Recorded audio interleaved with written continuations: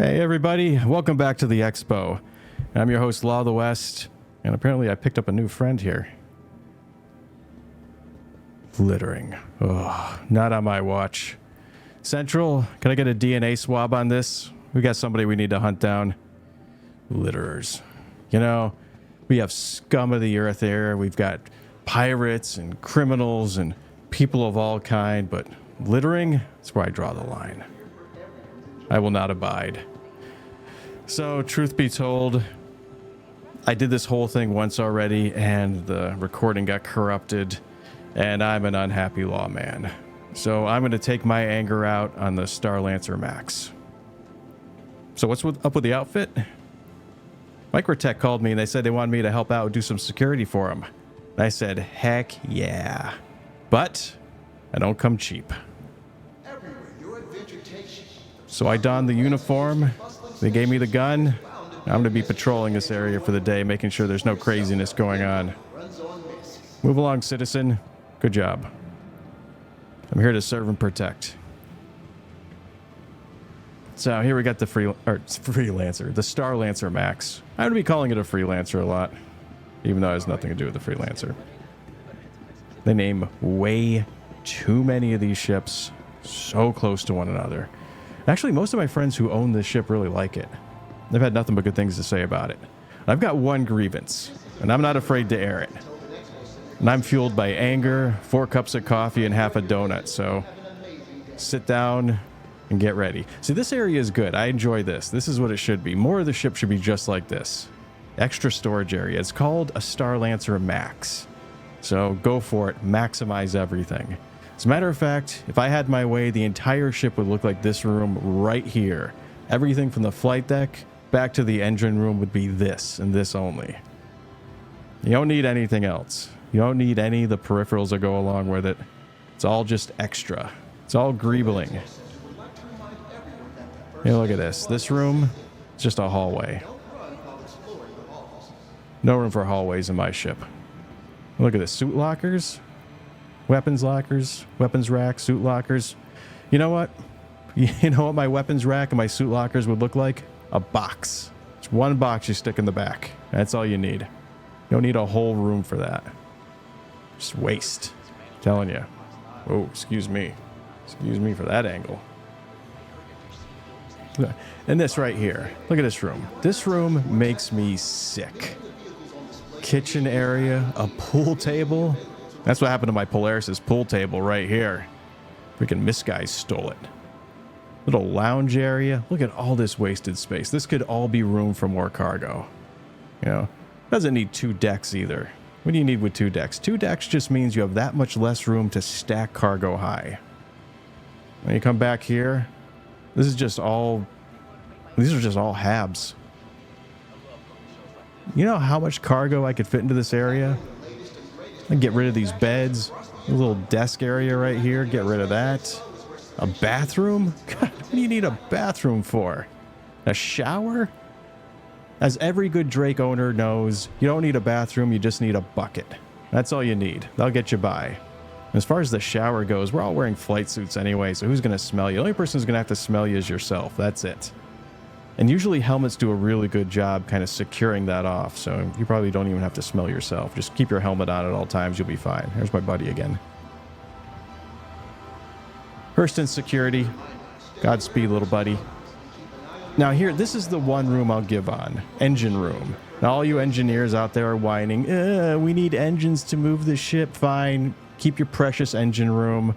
Everything else goes. You need a flight deck and an engine room, nothing else. That's it. That's my rant from grumpy old Law.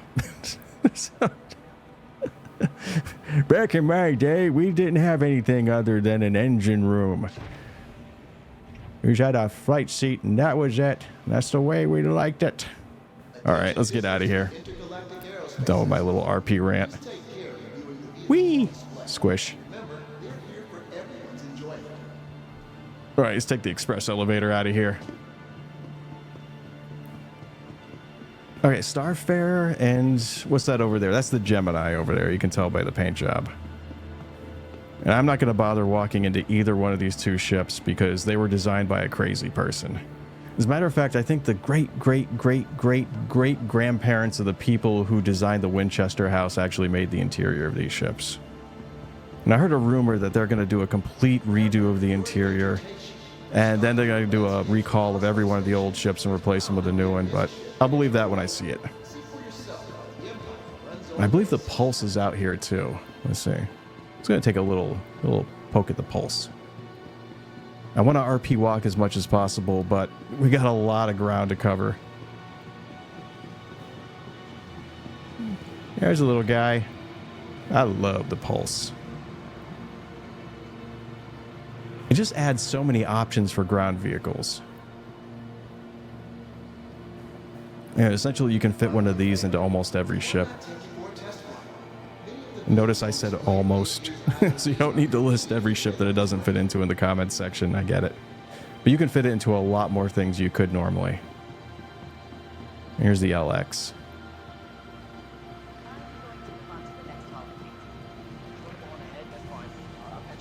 Now, I own one of these because it's even smaller than the other version of the Pulse.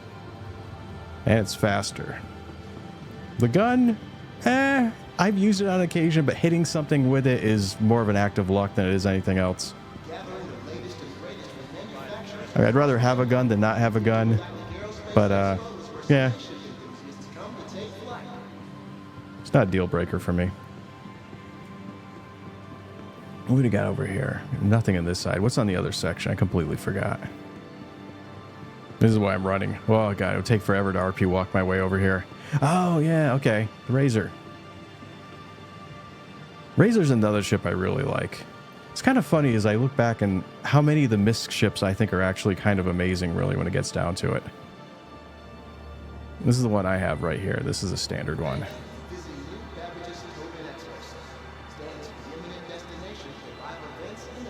Love the look of it. This was the standard I was using when I was doing a lot of If It Sits, It Fits videos. And if the Razor could fit into it, or excuse me, if the Razor could not fit into it, then that cut off a whole series of other ships I even had to bother trying. Yeah, Razor was the gold standard for trying ships into something. Okay, display hall. Let's check this out. What do we got in the display hall?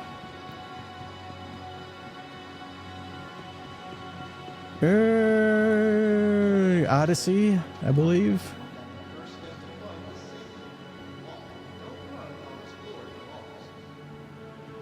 Take a look here. Yeah, it's the Odyssey. We will probably not be seeing this for quite a while, so I'm just going to move on. Everything and anything that can be said about it is purely speculative at this point. Shoop. This is the TAC, I think. Let's take a look here. It's the TAC. Guess not. Oh, wait a second. I think I can fix that. Nope, I can't pull a Fonzarelli and just punch it and bring it back to life. Oh well. Well, this is the TAC. This is the base building variant. And to me, this was the one that held my interest the most out of all the Starlancers. It gives you options that goes beyond just that that standard unit that wasn't even a vehicle that could do some base building that they're showing at CitizenCon, and then the Pioneer. So it gives you at least a little something in between those two. I like that. What we got over here? Oh, the Expanse. This is the refining one. We'll see that one day. What we got over here? I think this, yeah, it's the Endeavor. The only thing I can say about the Endeavor is I remember at one point they're interviewing John Crew and they brought up the Endeavor and he just looked blankly into the camera and just audibly moaned, which is definitely not the attitude you want to get from someone who's in charge of the people who are going to be building your ship. So my money's riding on hopefully the people from Turbulent are going to be working on this one day when the opportunity arises itself. Hopefully that's what's going to happen. I still really like the idea of the Endeavor. You know, I'm holding out for that ship.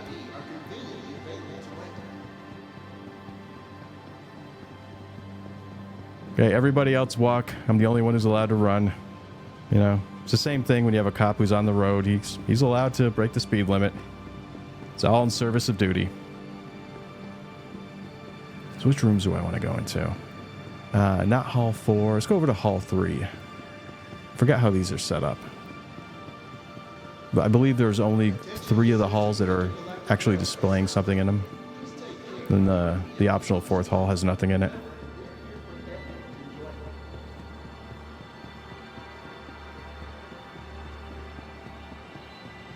Oh, I am definitely getting my steps in today. Whew. Oh, here we go. Hull A, Hull C, Prospector. These are like pivotal ships. All 3 of these are just kind of amazing. Now we go over here to the Hull A. The Hull A is not a starter ship, but it is a starter ship within the cargo hauling category. So this would be one of the ships that you'd be going for after, like if you just started out the game, you're just using a starter ship. This would be like one of the second ships you'd be going for if you were into cargo hauling at all. And this would be a really good one to go for, in my opinion. As a matter of fact, I would have, if I could turn back time and actually pick one of these up, I probably would have. Now I just get it in game because I missed the whole LTI thing. Yeah, the funny thing too is that storing your cargo internally ended up being not nearly as bad as I thought it was going to be. As a matter of fact, it actually ended up being a huge boon when it came to accessibility in loading and unloading cargo. I want to jump in a little bit because I want to show off the inside of this. It's really small too, so it's going to be really a quick playthrough. I'm going to walk through, not playthrough. You get it. And look at this. MISC is just generally known for having either the best or the worst views from their flight deck. This might not be the best, but it's pretty close to it. It's pretty good. When it comes to the suit locker, those are going to be really handy at some point. And this, like, this has got everything that you would need. Like, this is a mobile apartment. Which is kind of funny because a lot of the smaller ships, that's all they have going for it is being a mobile apartment. But this has that and then the cargo hauling capabilities on top of that.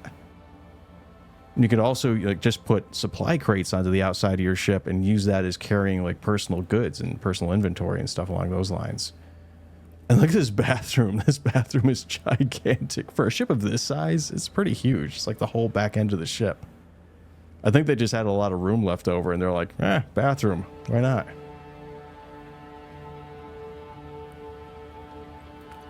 If I had this for a bathroom for my ship, that would just kind of ruin me. It would ruin me for all of the ships. So get me out of here. I don't want to rent my way out of the ship.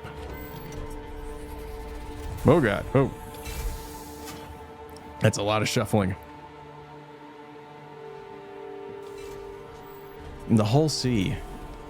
The Hull C got a lot of flack when it first came out because it did have a number of issues when it came to loading it up with cargo and unloading it. And I understand a lot of the frustration that people had with it. But getting past that, when they fix those issues out, this is going to be an amazing ship. This is going to be the moneymaker. Especially when they open up the way to go to places like Nix and Levski, which is going to be designed for specifically allowing ships like the Hull C to be able to pull up to a zero-G environment and just pull the cargo off of it, deliver it directly to them. Man, people who own this ship are just going to be making bank. And that is going to be it. If you can avoid piracy on your way from one station to another, then you're going to have it set. And I'm not going to run around inside of it. There's a lot to this ship. And I'm thinking about doing an entirely different video that's just entirely dedicated to the Hull C. So. And the Prospector. Yet another really good starter ship when it comes to mining. Like if you're a solo pilot and you want to do mining, this is definitely the ship to look into getting. There's no downside to it. Okay, let's move on and go to the next room. Let's see which hall we're in right now. What number is this?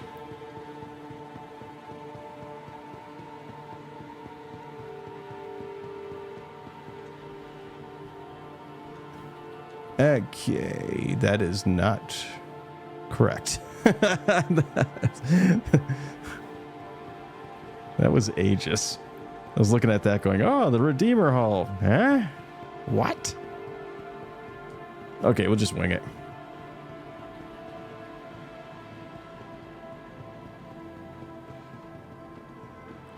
Here we go. Let's check out this one. Yeah, this one looks correct. Okay, Hall 2. Okay, so this is where the Fury, the core, and all that good stuff is. That's where the hull is. So we're going to go to Hall 5 after this. All right.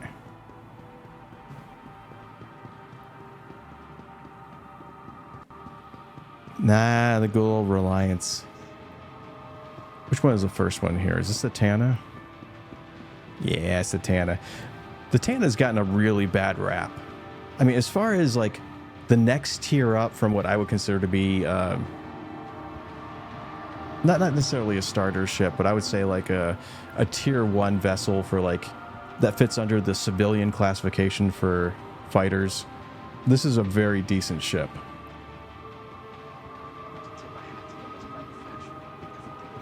I forgot how many missiles it has, but my God, it technically qualifies for being a missile boat.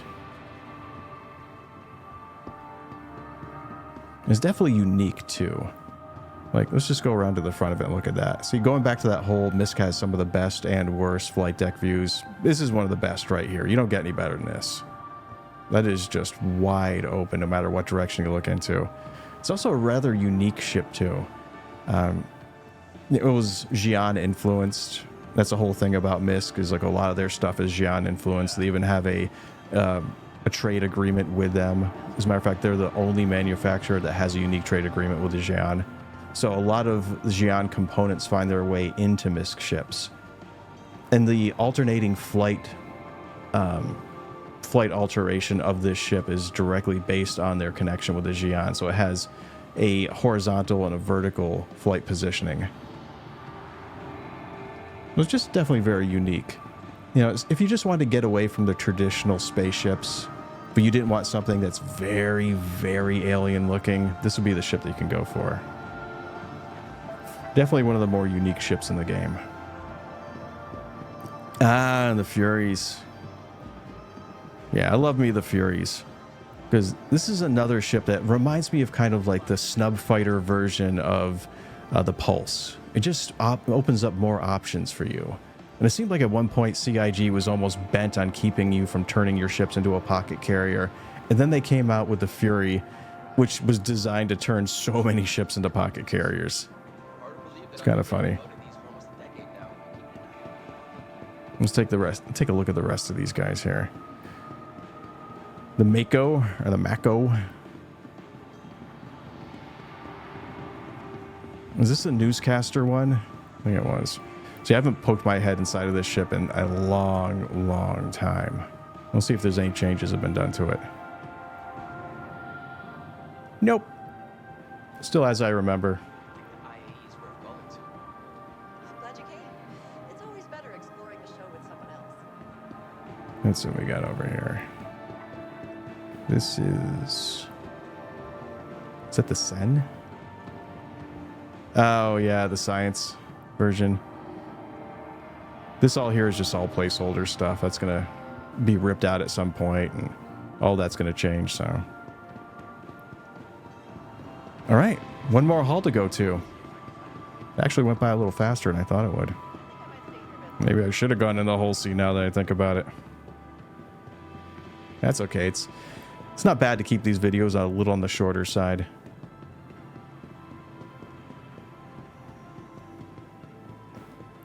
Okay, last hall. Let's go over here. I just want to verify which one we're going for.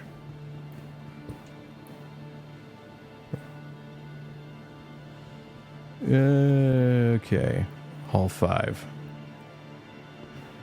This is a friendly reminder that the Tobin Expo Center is a STEM-free environment. Please refrain during your visit and have an amazing day. That gives me a chance to run across the showroom floor again. Check the Max out.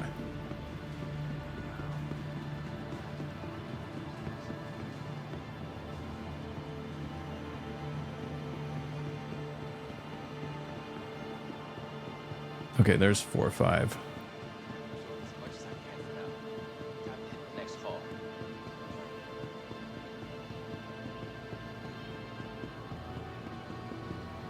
You know, they hired me for security, but everything looks pretty secure out here. I haven't had to unholster my gun once yet. Very disappointed.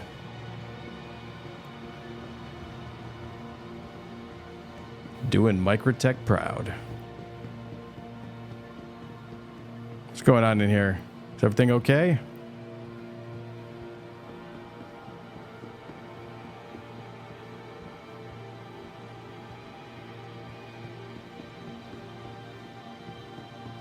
Sir, we've had some noise complaints over from this room. You've been sitting in this room for a very long time staring at this one area. Something you want to tell me? All right, I'm keeping an eye on you.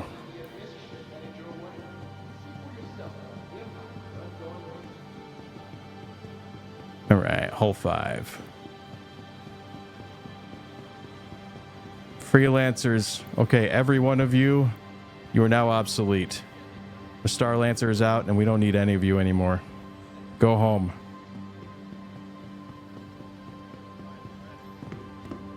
And there's the standard Freelancer, and there's nothing I can say about that without being kicked off of YouTube, so we're just going to move on.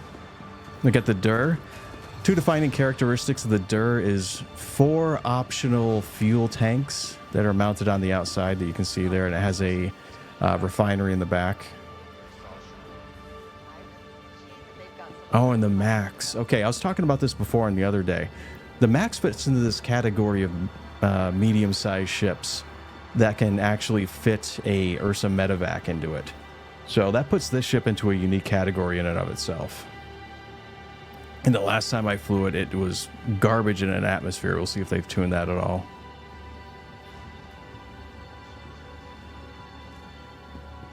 Let's see. And this is the MISC, I believe. The missile boat variant. Now, what's funny is I used to use this for bounty hunting all the time.